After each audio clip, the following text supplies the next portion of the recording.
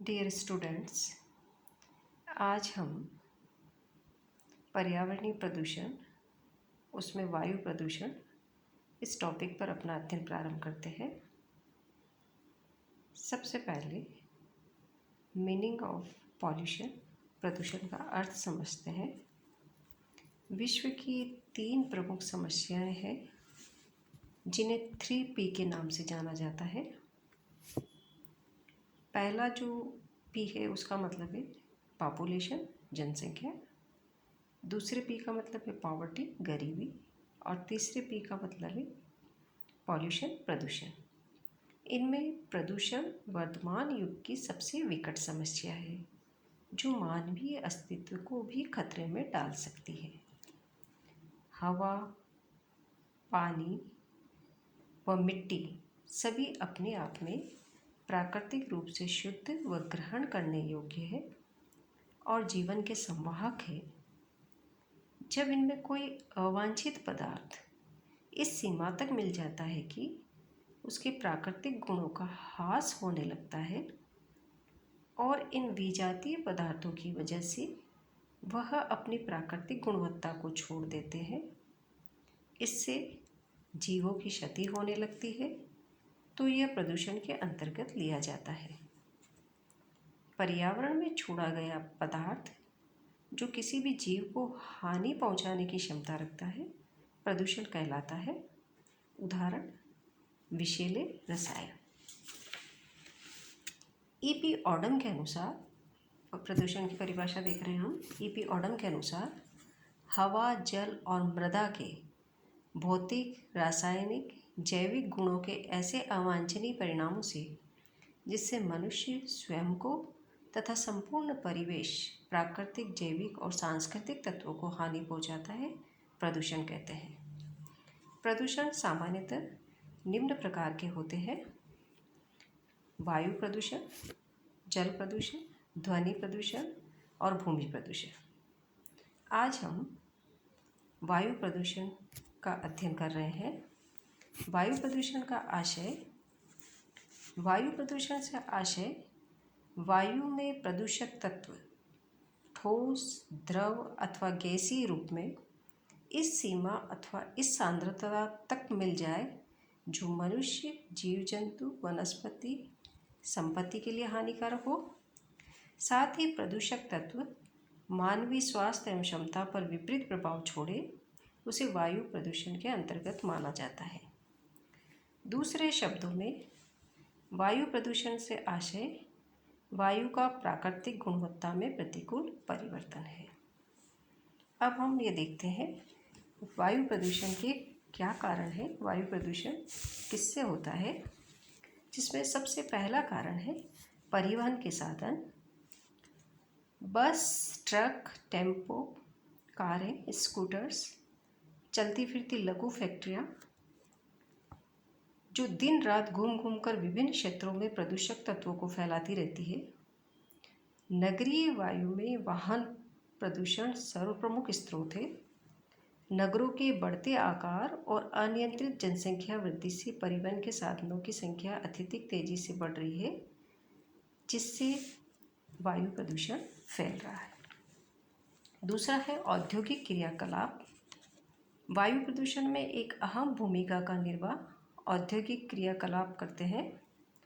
आज के युग में वायु प्रदूषण का यह प्रमुख स्रोत है, जिससे सभी प्रकार का प्रदूषण पैदा होता है। प्रदूषण उद्योगों की प्रकृति पर निर्भर है। कच्चा माल, शक्ति के साधन और प्रक्रिया प्रदूषण की मात्रा और रूप को तय करती है। ऊर्जा के लिए कोयला, आणविक विखंडन, पेट्रोलियम, प्राकृतिक गैस तथा विद्युत का उपयोग होता है। इन उद्योगों से बड़ी मात्रा में निकला गहरा काला धुआं प्रमुख प्रदूषक तत्व है। औद्योगिक प्रक्रिया में निकली गैसें, विखंडन तथा घिसाई से निकले विभिन्न पदार्थ पर्यावरण को प्रदूषित करते हैं। तीसरा इसका जो कारण है वो है ईंधन उपयोग। लकड़ी, कोयला, पेट्रोल आदि जीवाश्म ईंधन का उपयोग हमें ऊर्जा एवं ऊष्मा प्राप्ति के लिए करना पड़ता है। घरेलू कार्यों के लिए अथवा मनुष्य अपनी दैनिक आवश्यकताओं की पूर्ति के लिए लकड़ी, गोबर, लकड़ी का कोयला, पत्थर का कोयला, मिट्टी का तेल, गोबर गैस और कुकिंग गैस आदि का प्रयोग करता है।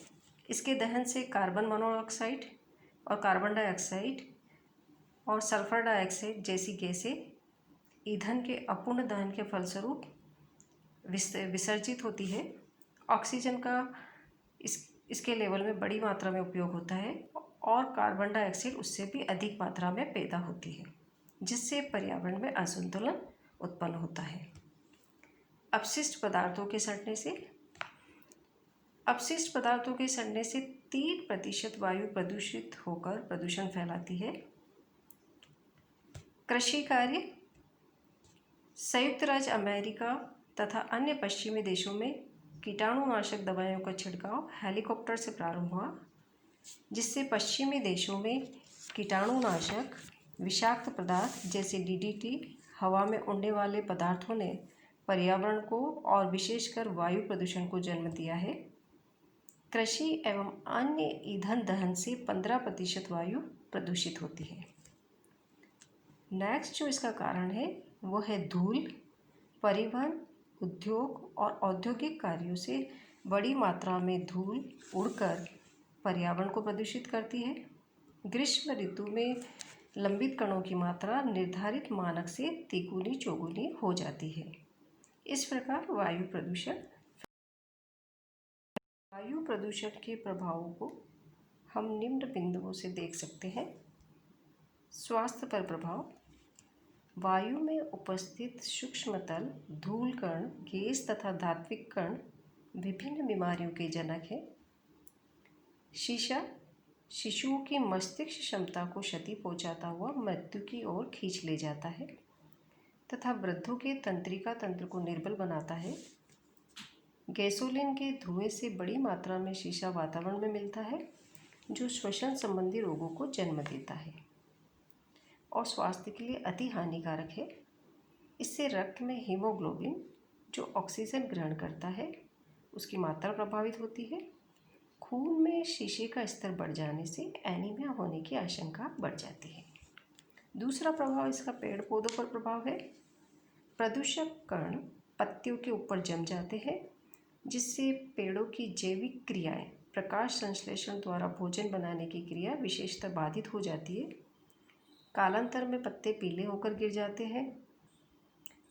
मार्गों एवं महानगरों में सड़कों के किनारे लगे वृक्षों के पत्तों को देखकर यह तथ्य सही प्रमाणित हो जाता है। वायु प्रदूषण का प्रत्यक्ष प्रभाव आम, पीपल, जामुन के पेड़ों पर उसके उत्पादन की किस्म को देखकर किया जा सकता है। नेक्स्ट है पर्यटन स्थलों पर प्रभाव। औद्योगिक केंद्रों से निकले रासायनिक धुएं से शैल एवं भित्ति चित्रों पर सफ़ेद रंग की परत जम जाती है। आगरा में विश्व प्रसिद्ध ताजमहल व महल, जिसका सफ़ेद संगमरमर दिन प्रतिदिन पीला होता जा रहा है। मौसम पर प्रभाव। वायु प्रदूषण से महानगरों का तापमान बढ़ जाता है। धूल, धुआं और जैविक प्रक्रियाओं से 2 से 3 डिग्री सेल्सियस अधिक रहता है। नेक्स्ट है अंतर्दृश्यता पर प्रभाव। कार्बन के कण धूल, धुआं, नाइट्रोजन ऑक्साइड तथा सल्फर डाइऑक्साइड वातावरण में प्रकाश को कम कर अंतर्दृश्यता घटा देते हैं। इससे हवाई अड्डों, बंदरगाहों और परिवहन मार्गों और महानगरों में दुर्घटनाओं की आशंकाएं बढ़ जाती है। कोहरों के कारण सर्दी में उत्तर से आने वाली ट्रेन प्राय देरी से चलने लगती है। अब हम वायु प्रदूषण नियंत्रण के उपाय समझते हैं। सबसे पहला जो इसमें है प्रदूषण स्रोत पर नियंत्रण। स्रोत पर ही प्रदूषण नियंत्रण के लिए निम्न उपाय हो सकते हैं, जिसमें पहला है कच्चे माल में परिवर्तन। यदि किसी उद्योग का कच्चा माल ही प्रदूषण कारक है तो कच्चे माल का विकल्प प्रयोग किया जाना चाहिए। यदि उसका विकल्प न हो तो उस प्रक्रिया को खुले और दूरवर्ती स्थानों पर स्थानांतरित कर उद्योग क्षेत्र में लाना चाहिए। दूसरा जो नियंत्रण है वो प्रक्रिया में संशोधन है। बहुत से उद्योग निर्माण प्रक्रिया के द्वारा प्रदूषण तत्व हवा में छोड़ते हैं। ऐसी प्रक्रिया में नवीन तकनीकी प्रयोग कर प्रदूषण रहित करने का प्रयत्न करना चाहिए। तीसरा है उपकरणों में विकल्प।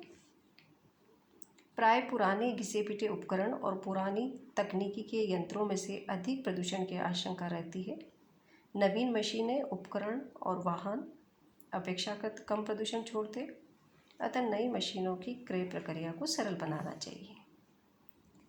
तकनीकी में परिवर्तन। पेट्रोल इंजन के स्थान पर डीजल इंजनों को प्राथमिकता देनी चाहिए, क्योंकि इनसे कम मात्रा में घातक प्रदूषक तत्व निकलते हैं। सौर ऊर्जा से संचालित वाहनों से वायु प्रदूषण बिल्कुल नहीं होता है, अतः इन्हें प्रोत्साहित करना चाहिए। नेक्स्ट हम देखते हैं वायु प्रदूषण नियंत्रण हेतु ऊंची चिमनियाँ बनाकर। यदि स्रोत पर थोड़ी मात्रा में प्रदूषक तत्व निकल रहे हो तो उन्हें ऊंची ऊंची चिमनियाँ बनाकर निकटवर्ती बसे लोगों को बचाया जा सकता है। उस स्थिति में वायुमंडल का तापमान, वायु की गति एवं उसकी दिशा महत्व रखती है। विशेषज्ञों की राय में चिमनियों की ऊंचाई निर्मित इमारतों से 2.5 गुना अधिक ऊंची होनी चाहिए। साथ ही निकलने वाली गैस और धुएं की गति 20 मीटर प्रति सेकंड से अधिक नहीं होनी चाहिए। नेक्स्ट है प्रदूषण नियंत्रण के लिए वनस्पति उगाना। यह प्रमाणित सत्य है कि पेड़ पौधे प्रदूषण को रोकते हैं। प्रकृति के इस संसाधन का अधिकतम उपयोग करना चाहिए। औद्योगिक क्षेत्रों, सघन परिवहन केंद्रों तथा अत्यधिक भीड़ भाड़ वाले क्षेत्रों में उपवन, पार्क और वृक्ष को लगाना चाहिए। कुछ वृक्ष विशेष प्रदूषकों को ग्रहण करते हैं, अतः उन क्षेत्रों में विशेष वृक्ष रोपित करना जरूरी है। सड़कों के किनारे वे वृक्ष लगाए जाएं जो परिवहन से हुए प्रदूषण को अधिक मात्रा में अवशोषित कर सकें। नेक्स्ट जो इसका उपाय है वो है शिक्षा एवं जागरूकता। पर्यावरणीय शिक्षा के उद्देश्यों की प्राप्ति के लिए पाठ्यक्रम में आवश्यक विषय वस्तु एवं क्रियाओं का समावेश किया जाना चाहिए। रेडियो, टीवी, समाचार, पत्र पत्रिकाएं, संगोष्ठी और परिचर्चा, शोध और उनका विज्ञापन पर्यावरण जागरूकता के लिए विशेष महत्व रखता है। नेक्स्ट है सीएनजी का उपयोग। कोयला तथा खनिज तेल प्राथमिक ईंधन है। इनके जलने से कई वायु प्रदूषक उत्पन्न होते हैं। इनके द्वारा होने वाले वायु प्रदूषण से बचने के लिए सीएनजी का प्रयोग किया जाना चाहिए। यह पूर्णतः जल जाती है। भारत में प्राकृतिक गैस प्रचुर मात्रा में मौजूद है और दिल्ली में इसका प्रयोग बहुत सफल रह रहा है। सीएनजी कंप्रेस्ड नेचुरल गैस के उपयोग से प्रदूषण निवारण में मदद मिलेगी। इस प्रकार हम वायु प्रदूषण को नियंत्रित कर सकते हैं इन सब उपायों को अपनाकर। धन्यवाद।